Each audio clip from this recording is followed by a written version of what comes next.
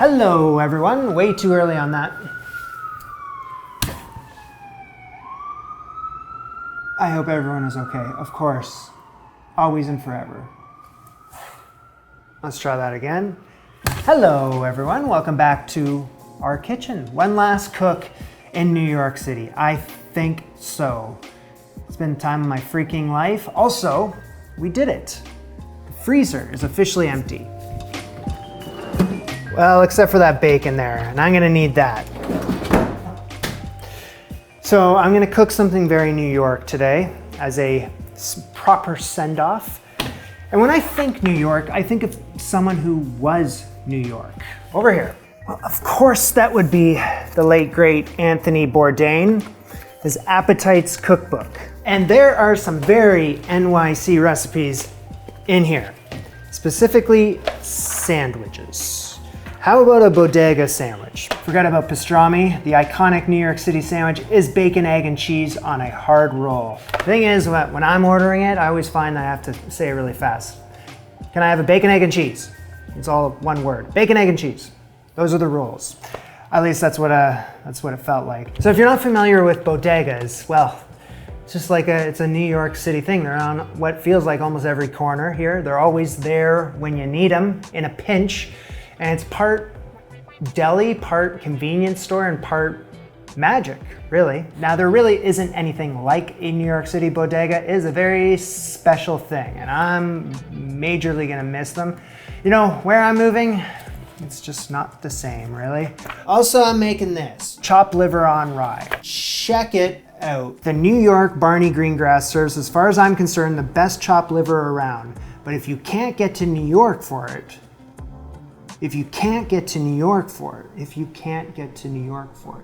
all signs point to field trip, a Jewish deli, a restaurant, a place that doesn't need to impress you. I walked into Barney Greengrass like I knew what I was doing. 5 seconds in, I realized I'm the amateur, they're the pros. Chicken liver on rye? Yes, please. Hi, can I order a sandwich to go? Sandwich to go? Like yeah. What, fish on it? Chicken liver on rye? Chicken liver on rye, right from these guys. Perfect. Hi, chicken liver on rye? Got it. Also picked up this rye loaf. You'll see why later.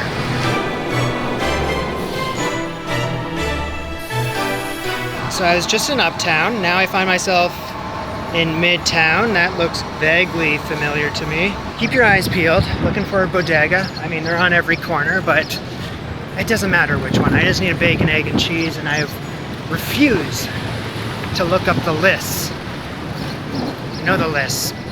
Top 10 bodegas in New York City. It's cheating.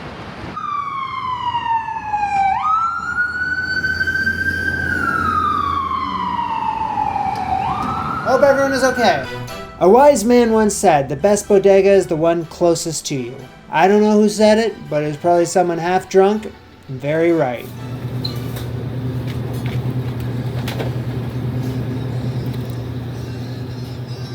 Kaiser. Hey man, how you doing? Can I have bacon, egg, and cheese, please?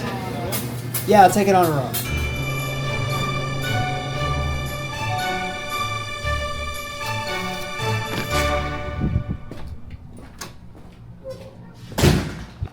Got the goods. Chopped liver on rye, bacon, egg, and cheese. And I literally just got back from the bodega, and this is still warm and fresh. So we'll start off with that. This is keep in the fridge. The cheese looks like it is melted in with the eggs, and then there's bacon on top. Whereas in the book, it goes bacon, egg, and then cheese. I don't think it matters. How do they do it? My plan was to compare the one I got from the bodega with the one that I'm about to make. But I mean, how much more perfect can you get, really? It's just a story of texture, really. It's soft and melty and crispy, greasy and salty and ooh la la. So I'm ready to begin here. Let me introduce you to my ingredients for bacon, egg, and cheese. We're looking at bacon, egg, and cheese. This is American cheese. That's important to mention. And you got your choice of a Kaiser roll here. I'm gonna go with, I think that looks pretty nice. Heat goes on to high, and I'm gonna be using my griddle here to fry up some bacon, but if you want to use a frying pan or the oven, it's just, this is kind of an inspired choice here. I'm gonna fry up 4 pieces of bacon here. 3 for the sandwich, 1 for backup. Looking for bacon that's gonna be golden brown and crisp, and if you burn it, he doesn't mince words. He says, start over. Bacon's looking good, and I have it on a plate lined with paper towel. Next up is take my Kaiser into the bacon grease for 2 minutes.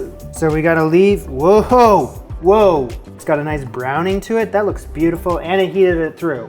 It's smoking hot right now. I'm gonna turn it off and have it cool a bit. In this thing here, I got 3 eggs.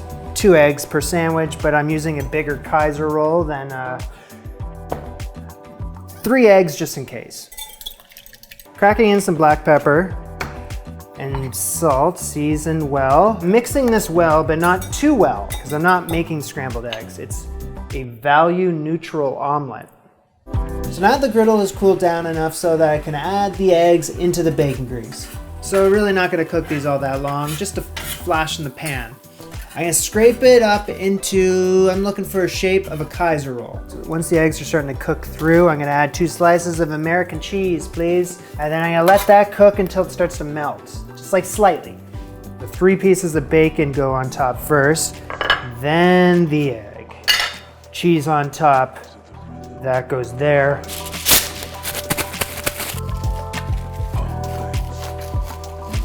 Make sure there's no paper in your sandwich. I love it, great. Okay. Order up.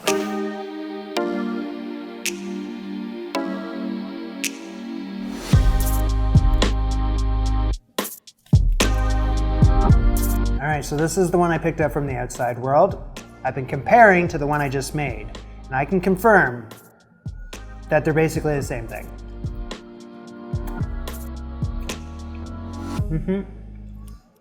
Something very magical going on with that sandwich. First of all, it's the texture, right? I mean, soft eggs with melty cheese and crunchy, crispy bacon. Now, he did say to serve it on a hard roll. I will admit mine's very soft, and I think I prefer it that way. Not only was mine soft, but the bodega sandwich is soft as well. Salty, greasy. What more can you ask for, really? I'm gonna miss the hell out of the city. I'm gonna miss the hell out of those bodegas, but it's good to know that I can make it at home. I can take it with me.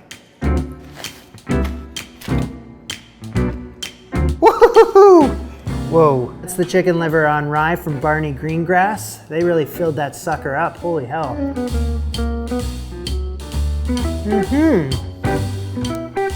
That is delicious. I think what I was expecting when I took a bite out of that is just like a more overwhelming taste of chicken liver, which generally speaking, I'm just not like crazy about that flavor. It's okay. It really is toned down. In fact, it's sweet. It's got like a candy kind of flavor to it. I'm like, what the hell is that? And I'm looking at the recipe.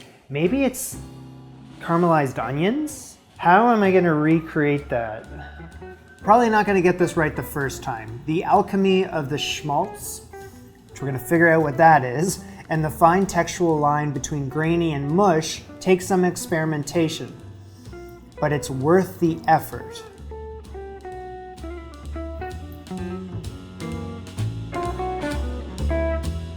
So let's hard boil some eggs Tony style into a small saucepan, and I'm gonna cover them with cold water. Bring that up to a rapid boil, and once it's boiling, I'm gonna remove it from the heat. So I'm gonna cover it, off it goes, let it rest for 9 minutes. After 9 minutes, I have to gently slide these suckers into an ice bath. They need to cool, off to the side. So saute pan over at the stove. Eggs, please. Excuse us. Get the pan on a medium-high heat. Remember when he was talking about schmaltz? He was talking about schmaltz, right? Well, here it is. Rendered chicken fat is a big ingredient here, and I need around, let's go with a tablespoon and a half. adding in a roughly chopped yellow onion. Flip the onions around in the schmaltz. Sprinkle in salt so that the onions release their juices. Cook this on a medium heat, keep it stirring. So this is probably a very important step because when I tasted that sandwich, it had a very nice sweetness to it.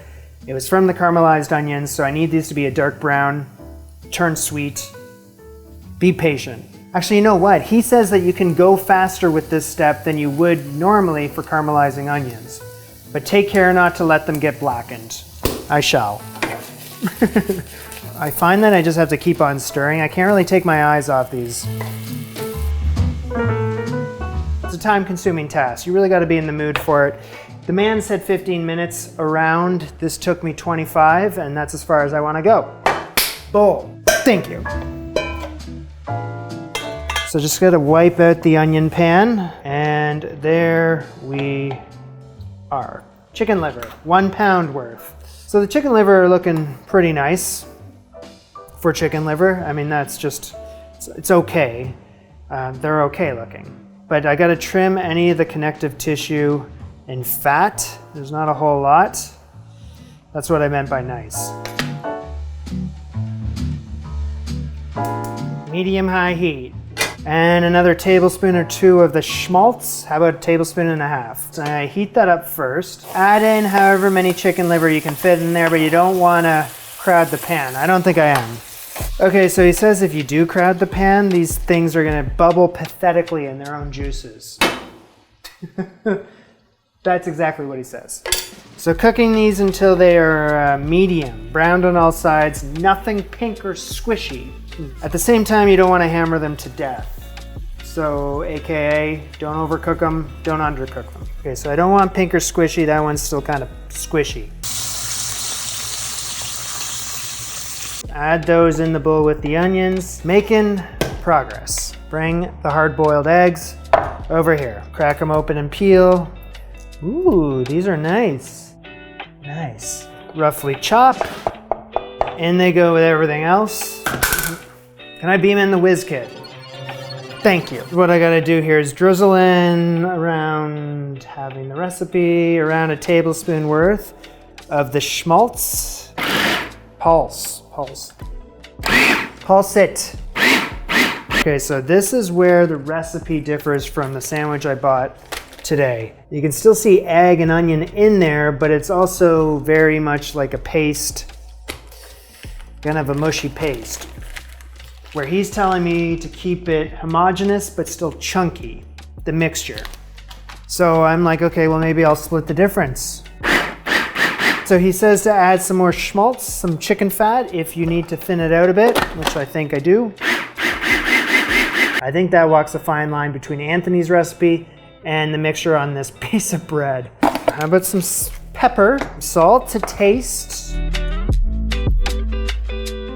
So for best results, you refrigerate the mixture for a few hours, during which the intense flavor of the onion will permeate through the whole thing.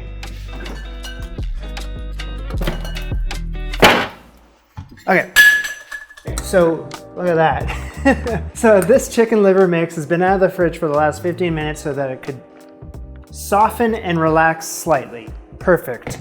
And I bought a loaf of rye bread from Barney Greengrass. I'm gonna reach into the middle of the loaf here to get some ideal sandwich slices. That's a smaller loaf. Okay, and now we construct the sandwich to the desired thickness. Considering the one I got from the shop, I would say fairly thick. And then that goes on top. Keeping in mind that the bread is not to be toasted. But how does that look? Order up!